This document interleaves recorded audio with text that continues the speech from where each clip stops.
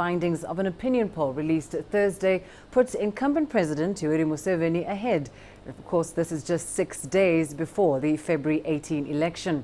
The poll was conducted from February 1 to February 8 by research firm Ipsos, and it gives the NRM candidate Museveni a 53% lead ahead of his closest opponent, Dr. Kizza Besigye, who is at 28%. Now, another poll commissioned by local newspaper Daily Monitor gave 59.9% to President Museveni, with Kizza Besigye getting 21%. A third contender, former Prime Minister Amama Mbabazi, scored 6%. The opinion poll seemed to project a two-horse race in next week's elections between Museveni and Besigye. Well, let's get you more now on what's happening on the ground in Uganda. I'm joined live by CCTV's Jane Keo in Kampala. Jane, of course, it's just a matter of days now before Ugandans go to the polls. Just give us an idea of the preparation status for these elections.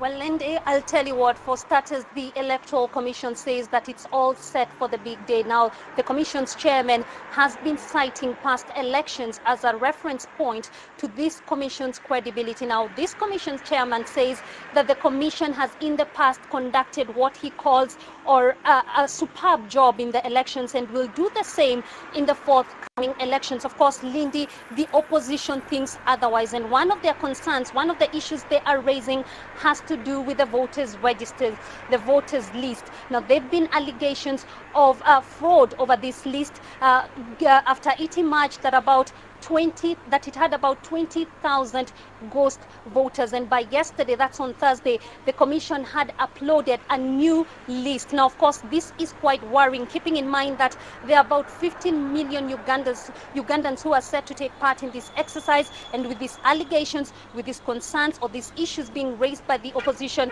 who have clearly and openly said, Lindy, that they have zero confidence in this Commission. Now, of course, at the moment, all candidates, the 7 candidates, are still out there making that final push to win the hearts and minds of the voters. Lindy? And as you say, Jane, all it takes is a little bit of concern from the opposition to perhaps even spark moments of violence. What security measures are being put in place to ensure that there's adequate public safety as voting day approaches? Well, since we got here, we've noticed that there's increased deployment, that is security patrols here in the capital and basically around the capital in Entebbe. Now, the police have also engaged what they are calling crime preventers, and these are not security agents but vigilante groups, and this is an issue that has created quite a buzz within the political circles.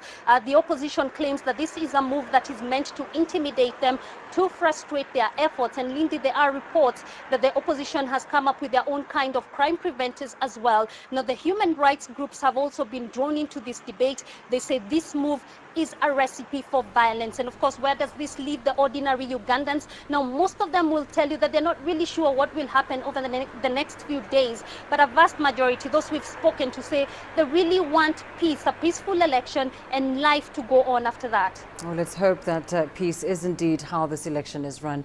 Thanks very much to Jane Keo live for us there in Kampala.